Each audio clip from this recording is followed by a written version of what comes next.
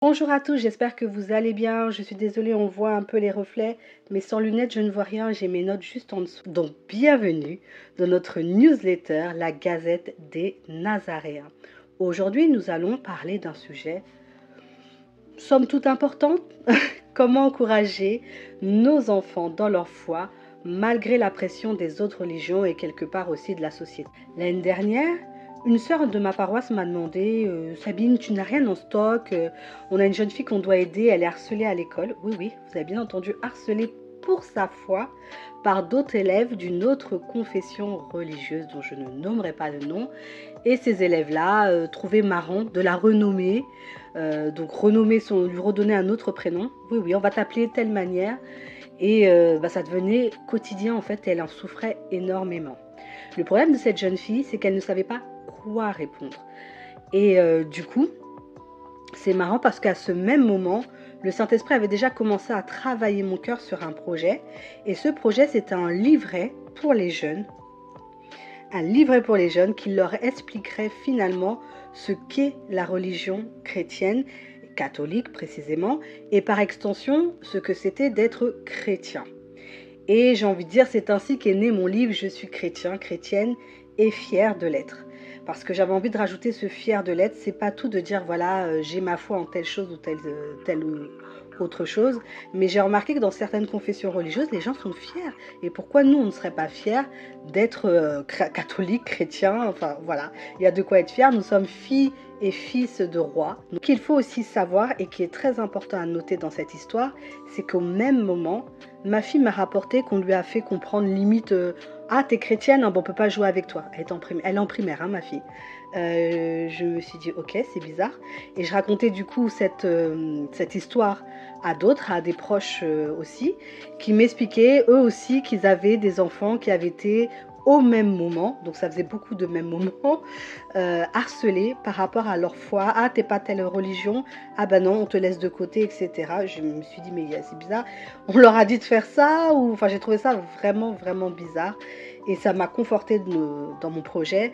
Pour information, et c'est la dernière fois que je vais en parler parce qu'on n'est pas là pour parler du livre, mais tant qu'à faire, le livre Chrétien et fier de l'être est en deux formats. Vous avez un format pour les jeunes adolescents avec à la fin une toute petite partie sur un peu la sexualité pour répondre à certaines questions. C'est surtout pour expliquer ce que nous on dit sur ce sujet-là. Et il y a aussi la partie plus jeunesse, on va dire, plus allez, 7, 8, 9, 10, jusqu'à 10, 11 ans. Et là, cette partie sexualité est retirée. Donc ne vous inquiétez pas, ça ira. C'est vraiment plus adapté pour eux et j'ai essayé aussi d'adapter un petit peu le langage parce que finalement le fond reste le même. Alors, le but de cet épisode, vraiment, c'est pas de stigmatiser l'autre religion. Je pense que vous avez déjà compris de quelle religion je parlais. Vraiment, c'est pas du tout mon but. Mais c'est plutôt dans cette newsletter de vous proposer 5 axes pour encourager et surtout garder vos enfants dans la foi chrétienne malgré les pressions de l'extérieur parce que c'est vrai qu'elles sont assez fortes. Mais avant ça, générique. Bienvenue dans votre newsletter vidéo, la Gazette des Nazaréens, dédiée à la parentalité chrétienne, mais pas que. A tout de suite. Premier axe, la communication ouverte. Quoi qu'il advienne, la communication sera toujours la clé dans l'éducation avec nos enfants.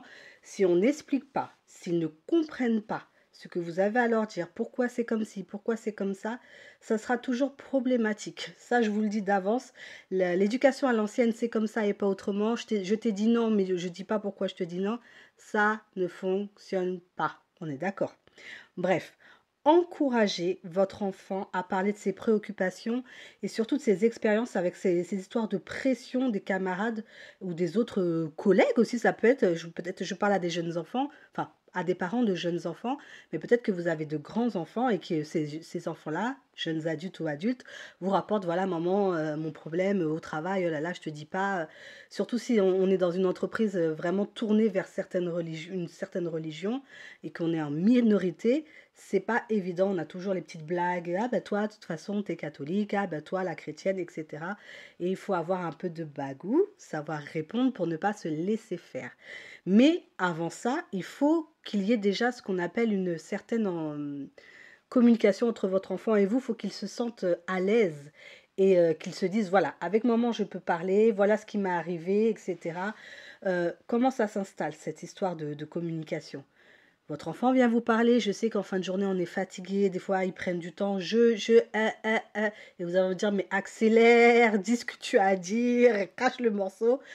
Il faut prendre sur soi, souffler, dire, écoute, je pose le téléphone, on s'assoit 2 secondes, qu'est-ce qui s'est passé? Qu'est-ce qu'il y a? Ok. Et puis, si ça va un peu, ça prend du temps. Oui, tu m'as dit donc qui? Telle personne et telle personne dirigée en fait pour qu'ils puissent eux-mêmes se concentrer parce que là ils ont eu toute une journée avec beaucoup d'animation autour d'eux, etc. Et ils ont besoin qu'on les dirige un peu dans ce qu'ils vont dire parce que c'est beaucoup de sollicitations pour leur petit cerveau. Donc qui t'a dit quoi? Comment ça s'est fait? Ok. Surtout ne les disputez pas et faites attention à ce que vous dites sur l'enfant. Enfin, ne dites pas ce petit ta ta ta ou cette espèce de voilà ou avec le nom de la religion derrière ou quel que soit, faites attention parce que la manière dont vous réagissez, c'est la manière dont ils vont réagir. Ah bon, un tel t'a dit ça? Ah, c'est pas gentil, effectivement. Et voilà, faites attention à la manière dont vous lui parlez. Ne jamais, jamais prendre les choses à la légère en disant oh, t'occupe pas, laisse tomber, etc. Si les questions, si vos enfants viennent vous poser des questions, surtout sur la foi, c'est que déjà il y a une petite réflexion qui se font dans leur tête et ils ont besoin de réponses. Peut-être qu'ils ne vont pas oser vous dire sur le coup, voilà ce qui m'est arrivé maman, mais peut-être qu'ils ont, ou peut-être qu'ils même ils n'ont pas vécu de pression, mais ils ont peut-être déjà vu d'autres élèves se faire harceler ou à qui on a déjà posé des questions ou dit telle chose et vous savez pas, peut-être que mentalement, ils se disent, bon, bientôt ça sera mon tour, comment moi je pourrais répondre? Ou un tel, je sais pas, il fait le ramadan ou une autre pratique d'une autre religion. Eh ben moi, qu'est-ce que je fais? C'est quoi moi ma réponse par rapport à eux? Comment je me situe? Et donc c'est important que nous, parents chrétiens, si on veut diffuser nos valeurs chrétiennes, qu'on soit aussi disponible pour pouvoir répondre aux enfants, même quand c'est compliqué, ou vous dites tout simplement, écoute, là, on va finir telle chose, ou on rentre à la maison, après tel moment, on pourra en discuter et ne pas oublier ce moment-là, ça peut être avant le coucher, prendre un temps où moi je ne sais pas trop, peut-être on va le voir avec papa, etc. Parce qu'on peut manquer de réponse et ça nous laisse aussi un temps pour en parler à l'autre parent, lui dire qu'est-ce que tu en penses, voilà, mari ou femme d'ailleurs. Moi je dis papa, mais ça peut être à une maman. Bah écoute, on va demander à maman, elle va savoir, mais ne laissez pas les questions sans réponse, ne laissez pas l'enfant tergiverser par lui-même, parce que les réponses que vous ne lui apportez pas, eux ils vont lui en donner, et c'est pas forcément les réponses que vous allez vouloir. Surtout en termes de religion.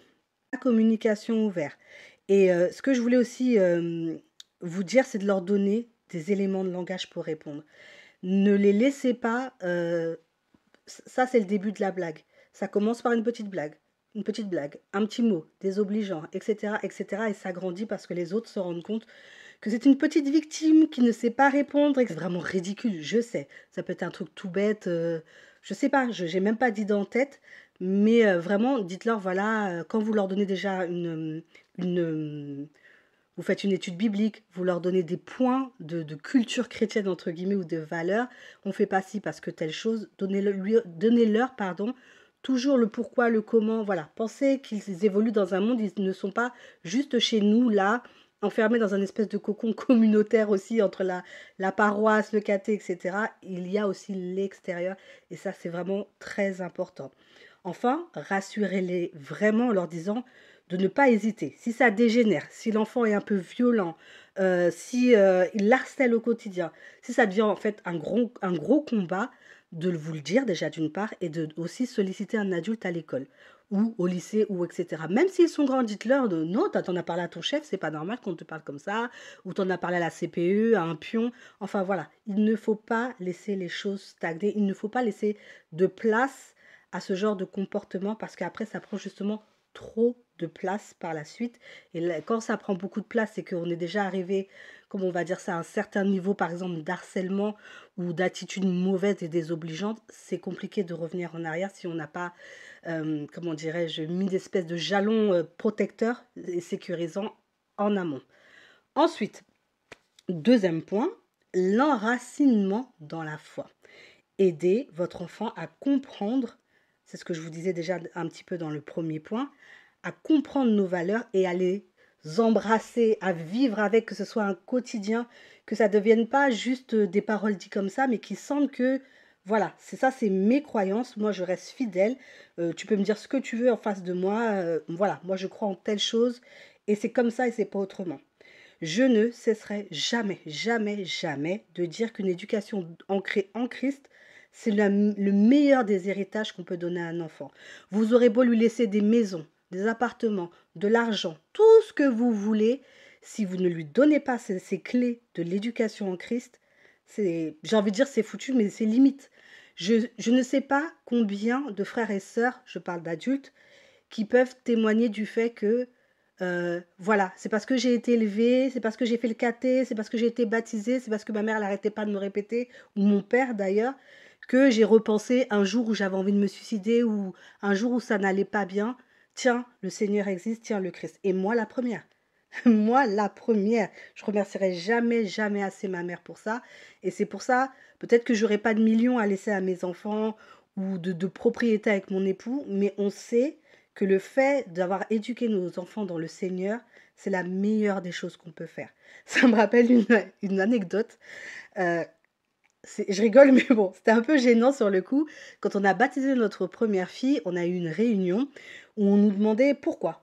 Ce qui est logique, pourquoi vous faites ça? Parce que c'est vrai que c'est un engagement très important. On ne vient pas juste emmener son enfant comme ça, voilà, au baptême, parce que c'est la coutume. Malheureusement, il y a un des de couple de parents qui a dit oui, mais c'est parce que chez nous c'est culturel, après il y a la fête. Non, non, non, non, non, non, non. En fait, on va baptiser son enfant pour le mettre déjà dans la voie, pour dire au Seigneur, merci Seigneur, voilà l'enfant que tu m'as donné, et je te le ramène pour te dire oui, Seigneur, j'accepte et je suis heureuse et je te rends grâce et je te loue.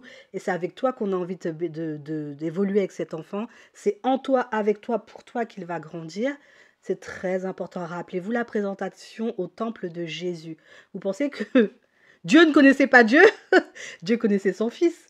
Mais l'obéissance de Marie et de Joseph dans ce point-là, c'est pas pour rien en fait. C'est pas, ils n'ont pas fait les choses bêtement. Dieu savait ce qu'il faisait en faisant ce genre d'exemple, de pilier exemple comme ça, comme son baptême. Il n'avait pas besoin du baptême, mais c'est important. Alors, comment on enracine aussi nos enfants dans la foi? Bon, je fais plein de vidéos, de supports, de podcasts sur ce type de sujet. J'ai déjà fait au tout début de la newsletter, quand j'écrivais encore, il me semble, des newsletters sur ça. Mais ça, c'est très simple. Priez, étudiez la parole avec eux.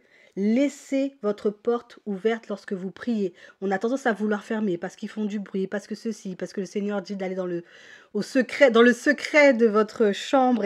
Mais non, parce que comment vous donnez l'exemple à votre enfant de quelqu'un d'une famille priante si, lorsque vous priez, vous vous enfermez dans une chambre, dans une pièce, et vous l'empêchez de voir l'exemple que vous êtes?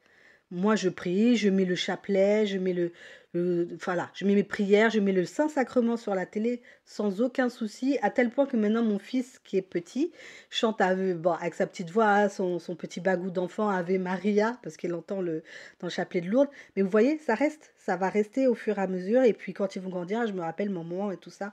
Mais faut qu'ils puissent voir ces petites actions-là. Et des fois, même s'ils sont grands et que vous venez de découvrir vous-même tardivement le Seigneur et que vous venez de donner votre vie en Christ, etc., c'est pas grave. Le fait de voir votre comportement, donc le comportement d'avant Christ et après Christ, le fait de vous voir prier, etc., ça donne une image et c'est un témoignage vivant pour eux. Ne vous inquiétez pas, ne vous dites pas, ah oui, mais moi je ne l'ai pas donné dès qu'il était petit, je ne lui ai pas donné ce goût de la foi, etc. Ça peut venir après. J'ai eu un témoignage récemment, d'ailleurs je te fais coucou Jocelyne, si tu regardes cette newsletter, d'une sœur avec qui on parlait beaucoup du Seigneur, etc. Et ses enfants, ces deux filles, grandes, hein, ont demandé toutes les deux en même temps, c'est même pas une concertation, quoi que ce soit, le baptême. Le baptême.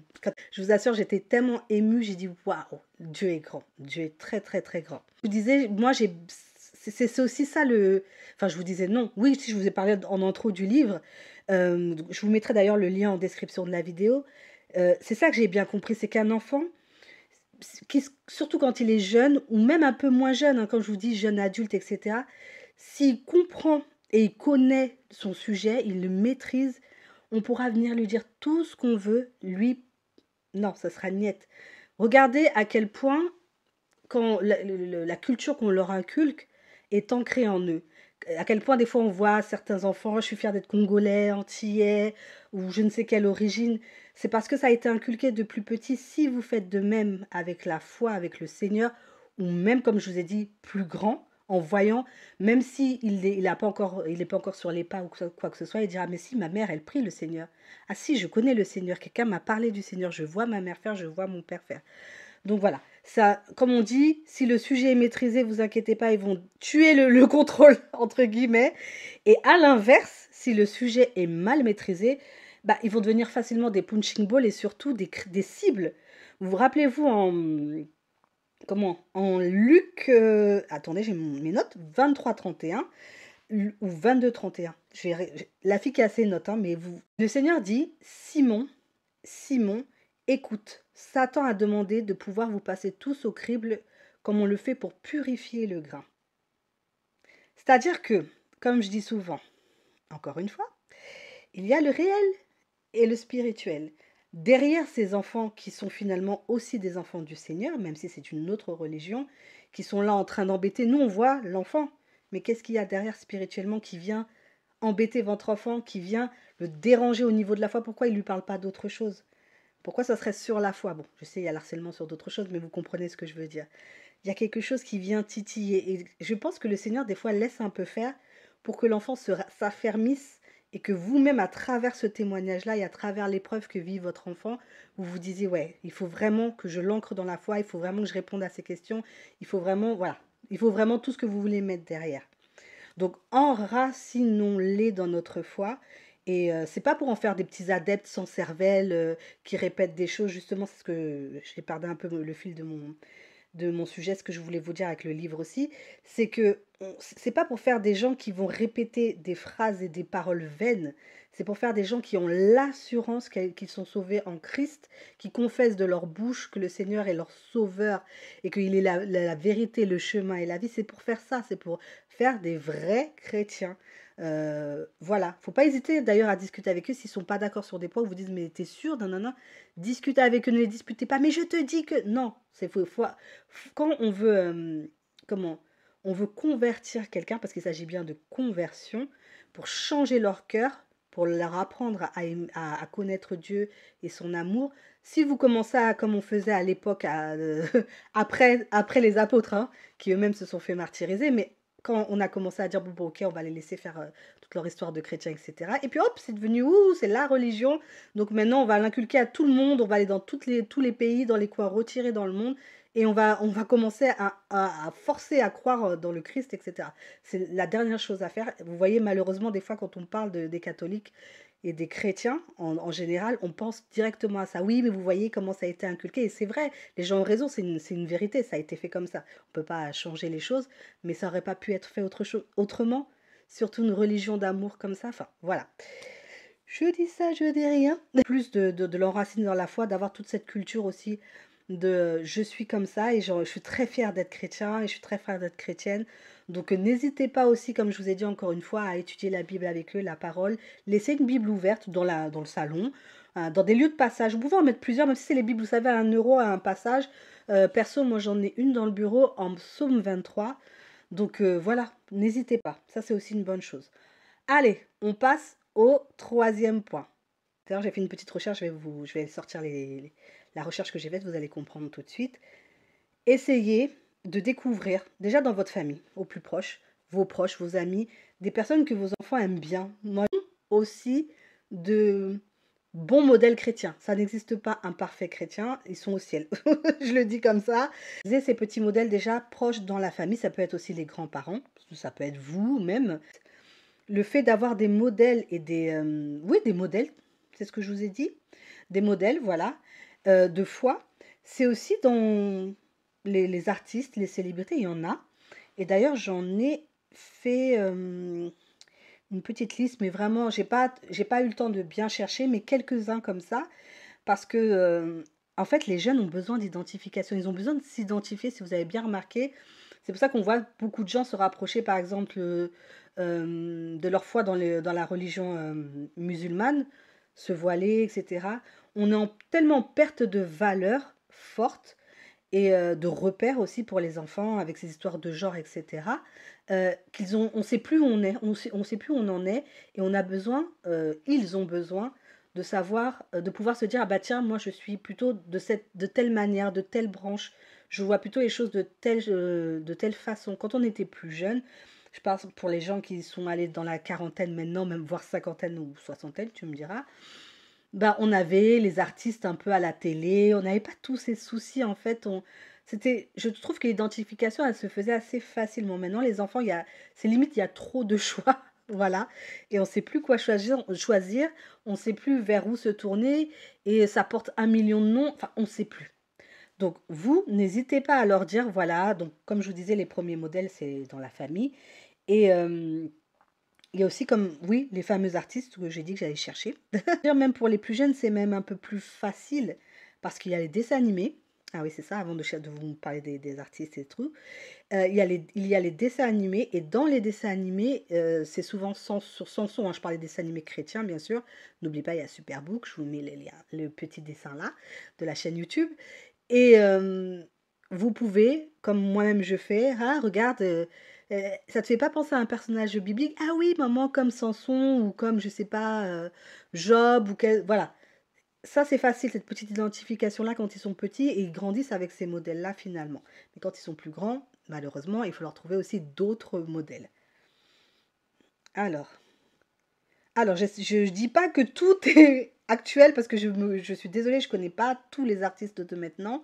Mais alors, je fais une micro-recherche et j'ai vu qu'il y avait un chanteur qui s'appelait Grégoire.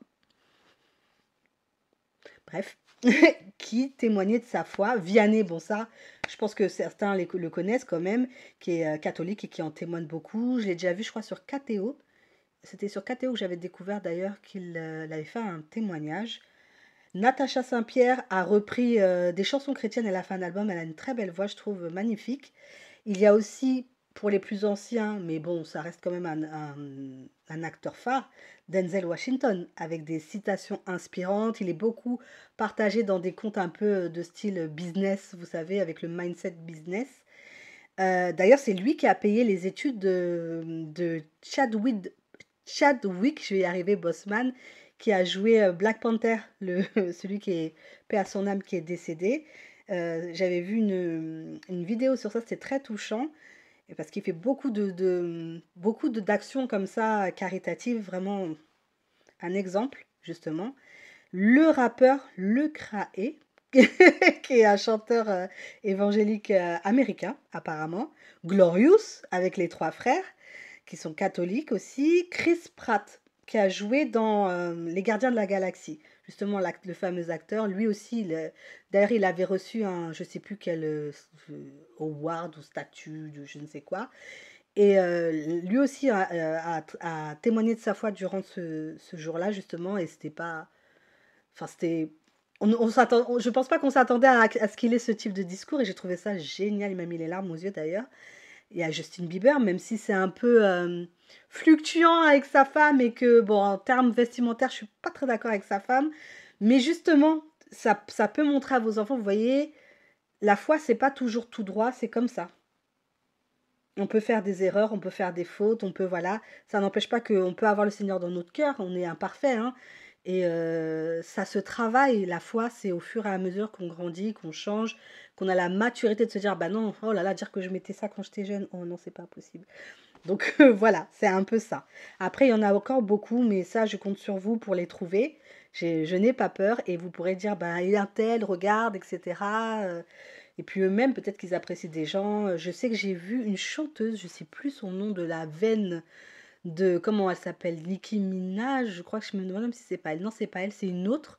Je vois son visage, mais je connais tellement pas les noms de ces artistes, qui elle aussi a donné sa vie au Seigneur et qui est complètement démaquillée. Enfin, ça fait vraiment bizarre de la voir comme ça. Donc voilà, si vous vous rappelez de nom, mettez-le en commentaire. Moi, je sais plus, enfin, si vous suivez. Donc voilà, passons au point 4, parce que ça commence à faire long, hein. La prise de décision éclairée. Aidez, encore une fois, votre enfant à développer vraiment des compétences de prise de décision en lui apprenant à on va dire, évaluer la situation.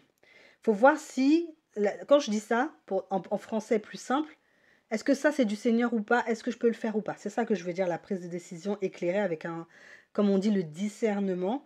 Est-ce que ce que je fais, c'est conforme aux valeurs chrétiennes qui sont diffusées chez moi?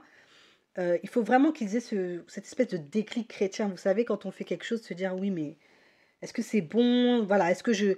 Mettons ça à la lumière du Christ, parce que tout ce qui est un peu ténébreux, tout ce qu'on n'ose pas dire, ça, c'est pas les choses qu'il faut faire, puisque Dieu, c'est la lumière, c'est la vie, c'est... Voilà, on se cache pas. Quand on fait quelque chose de bien, en général, on se cache pas de toute façon. Donc, c'est ce qu'il faut leur dire. Si à partir du moment où tu te dis, ah, je sais pas si maman, elle sera d'accord ou papa, ça ne va pas, c'est que c'est pas bon. Pas de Google, il n'y a pas de calculatrice, on a un cœur, on a un esprit, nous sommes chrétiens et nous avons l'Esprit Saint qui nous aide à nous éclairer. Il ne faut pas qu'ils hésitent à lui demander, Seigneur ou Saint-Esprit, dis-moi, est-ce que ce que je suis en train de faire, c'est bon? Est-ce que la parole est OK avec la parole que je suis en train de dire, ou le comportement que j'ai, c'est OK avec toi? euh, je ne sais pas comment Dieu aurait réagi face à telle situation. Ou si je vais à tel endroit accompagner une copine, est-ce que le Seigneur, si je le voyais entrer dans cet endroit où je suis, est-ce que je serais gênée ou ça irait totalement? Vous pouvez mettre Seigneur, maman, hein, parent, voilà. Je ne sais pas, qu'est-ce que Dieu va penser de telle action au regard de ses commandements? Je vous dis ça avec des grands mots, mais vous leur mettez selon l'âge, à leur niveau. Ou est-ce que dans telle parabole de Jésus, moi, il y a déjà eu cette situation-là, et qu'est-ce qu'il en dit? Qu'est-ce qu'il en pense? La réflexion doit toujours, toujours, toujours se faire autour on va dire, le prisme chrétien. Je suis chrétien ou chrétienne, est-ce que ce que je fais est bien? Est-ce que je suis à l'aise avec ce que je fais? Voilà. Est-ce que je suis à l'aise même quand vous leur parlez des réseaux sociaux, est-ce que si Jésus était là et je lui passe le téléphone, est-ce que tu seras à l'aise avec la photo que que tu t'as postée? Est-ce que ça pour toi c'est à l'aise, ou est-ce que si j'envoyais cette photo à papy et mamie, pour toi c'est bon? Ou cette pause, ou voilà, est-ce que telle copine tu pourrais la présenter à mamie ou comment on appelle ça, ou au Seigneur? Tout, tout, tout, mettez-le vraiment au prisme du Seigneur. Je ne vous dis pas de faire comme ma mère qui me disait, attention, hein, le Seigneur te voit, hein, ah tu mens, hein, Dieu va te punir. Non, non, non, non, en fait, voilà, faut pas, parce que du coup, ça crée une crainte faussée, c'est pas trop bon. Bon, ça m'a aidé quand même, parce que j'avais un certain tempérament, mais c'est pas ce que je suis en train de vous dire. C'est que, justement, ce soit comme un compagnon, un ami, comme un parent, parce que c'est un parent, après tout, qui veille sur l'enfant et qui est un peu l'espèce de thermomètre de la température. C'est bon, c'est pas bon, c'est chaud, c'est oulala, là c'est chaud, je fais pas ça, oulala, là c'est froid. Enfin, la vérité, c'est que c'est des questions que nous aussi, adultes, on doit se poser pour être finalement le meilleur exemple des enfants. Toujours. Ça, c'est ce que je dis. De toute façon, je vous le dis souvent. Soyez un exemple pour vos enfants. S'ils vous voient faire, ils vont faire aussi. Allez, on passe au dernier point. Cinquième point, la communauté. Une communauté, entre autres de la paroisse ou l'église, mais une communauté de soutien. Encouragez votre enfant à s'entourer de personnes qui ont à peu près les mêmes valeurs que soi. Je ne dis pas d'être dans une espèce de sectarisme ou communautarisme chrétien, mais c'est important que les personnes aient les mêmes valeurs que soi. Moi, par exemple, je vois mon époux qui a son meilleur ami qui est chrétien aussi. Moi, avec ma meilleure amie, je dis vraiment, vous voyez, ça fait peut-être un peu gamin, mais je la connais depuis que j'ai l'âge de 8 ans, donc vous comprendrez aisément qu'à 42 ans, c'est vraiment ma meilleure amie, je suis sûre, elle est éprouvée. Donc, elle aussi a des valeurs de foi chrétienne, elle est chrétienne, elle a baptisé ma fille, enfin voilà, c'est la marraine de ma fille. Et je peux vous dire, souvent, je lui dis ça, je dis ça, en quelque part, ça m'a sauvée en fait. Parce que quand on voulait, si l'une ou l'autre, on voulait faire quelque chose, ouais, mais Dieu, et puis comme je vous l'ai dit avec ma mère déjà qui nous avait dit, le Dieu te voit, c'était un peu l'éducation d'avant. Donc on était en mode, ouais, non, non, non, on faisait limite comme ça, non, mais là, c'est chaud, on peut pas faire ça, etc. Ça nous a sauvés sur beaucoup, beaucoup de choses. Je rigole, mais ça nous a vraiment sauvés. Donc pensez-y pour vos enfants et voyez avec bien, bien, bien avec qui ils traînent.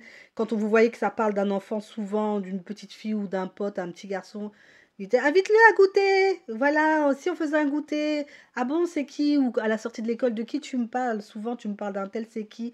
Il faut voir, il faut avoir un œil sur les fréquentations de vos enfants. C'est très, très important. Et c'est aussi très important parce que un chrétien ou une chrétienne seule, c'est un chrétien ou une chrétienne en danger.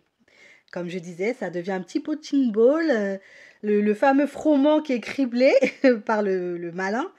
Et donc non, non, non, il faut s'entourer, même si c'est un ami chrétien ou un ami croyant, j'aime pas dire ça, mais il faut, parce qu'il y a, enfin, non, c'est pas malheureusement, il y a plusieurs religions, et certaines communautés religieuses ont des valeurs aussi qui sont comme les nôtres, notamment ne pas voler, ne pas mentir, ne pas tuer, etc. Et bah, ça aide. Tant que c'est pas, on n'est pas là en train de faire du prosélytisme là avec l'autre à dire oui, toi tu dois faire ci, le soutien, en tout cas, de ses frères et sœurs, moi, je trouve ça indispensable, que ce soit par leur présence, juste se dire, bah, je connais un tel qui croit comme moi. Plus jeune, j'avais aussi une sœur en Christ qui était plus grande que moi, qui est devenue après une très, très, très grande amie, même une sœur en Christ, limite, c'est pas de sang, mais en Christ. Et bah, elle est plus grande que moi, donc on fréquente pas forcément les mêmes classes, donc les mêmes élèves, mais le fait de savoir qu'elle était là dans l'école et tout ça, et c'était au lycée d'ailleurs, bah, ça permettait aussi de me tenir, je sais pas comment vous expliquer, voilà. Et ça peut être la même chose avec un frère une sœur et un frère de sang, je vais y arriver, qui est dans la même école ou qu'on sait qui est là, qui, comme c'est une espèce de, je l'espère pour vous, de vie de foi et de communauté déjà familiale, on sait qu'il y a des choses qu'on ne peut pas faire, qu'on ne peut pas dépasser. Moi, je n'ai pas eu ça, malheureusement, j'aurais aimé. Donc, comme je vous ai dit, cette amie sœur, c'est devenu un peu mon garde-fou. Je me disais, oulala, elle est dans l'école, faut pas que je fasse ci, faut pas que je fasse ça. Donc, il n'y a pas que la présence, il y a aussi la prière des frères, le conseil. Voilà, il ne faut pas qu'ils hésitent. En général, on fait cater dans sa ville et les enfants sont dans les mêmes écoles. Donc ça aussi, c'est une bonne chose de leur dire, ben, s'il y a quoi que ce soit, tu vas voir un tel, surtout dans les plus grands. Et n'hésite pas à lui parler, lui dire que ça va pas. C'est pour cela, frères et sœurs, qu'être en communauté, au caté, au service dans la paroisse, à la messe. Tous les jours, il y a la messe. C'est ce que je disais à mes élèves dernièrement. Tous les jours, il y a la messe. Mais au moins le dimanche. Le dimanche ou dans un groupe de prière. Enfin, vous avez compris. Fréquenter vos frères et sœurs, c'est important aussi pour vous. Et comme je vous l'ai dit tout au long de cette vidéo, l'exemple que vous allez donner, c'est l'exemple qu'ils vont suivre. Ils sauront que dans la communauté, ils ont des frères et sœurs qui sont là et qui vont entre guillemets, chacun va être un peu le gardien de l'autre. Ne suivez pas qu'un, suis-je le gardien de mon frère? Non, non, non. Vous êtes le gardien de votre frère et de votre sœur. Et donc voilà, je sais que certains vont dire oui, mais moi, les frères et sœurs, soi-disant frères et sœurs, j'ai été déçue, que ceci, et puis les prêtres, ceux-là, nanana, sont des êtres humains comme vous et moi. Il y a péché et péché. Si c'est des péchés vraiment très très graves, je ne vous demande pas de dire à vos enfants, bon, fréquente-le quand même parce que c'est un être humain, etc. Non, il y a des choses qu'il faut faire attention, bien évidemment, mais ça ne doit pas vous empêcher en tout cas de participer à cette fraternité, à cette communauté, de servir, d'aller à la messe, de rester fraternel, de ne surtout pas participer au commérage sur justement la faiblesse de l'un ou l'autre, parce que n'oubliez pas, pendant que vous faites ça, comme ça, ces doigts-là, ils sont là, vers là, ils pointent sur vous. Donc attention, vous êtes là pour Dieu, on n'est pas là, et pareil pour vos enfants, hein, on n'est pas là pour regarder comment l'autre agit. Votre boussole, c'est juste Dieu, hein, c'est pas les frères et sœurs. Les frères et sœurs qui chutent, ce sont d'autant de témoignages, quand surtout par la grâce de Dieu, quand ils se relèvent, vous dire, bah, vous voyez, il a vécu ça, nanana, il s'est relevé, pour vous aider à avancer. Ce n'est pas des exemples pour pointer du doigt et critiquer, etc. Et même les personnes qui critiquent, il faut, comme on dit, tourner la tête et puis se dire, bon, ne pas donner de crédit à ça parce que justement ça donne encore plus envie de rentrer dans une boucle où tout le monde parle contre tout le monde. C'est pas agréable, c'est pas chrétien. J'espère que ce nouvel épisode vous a plu. On se retrouve très vite pour une nouvelle newsletter.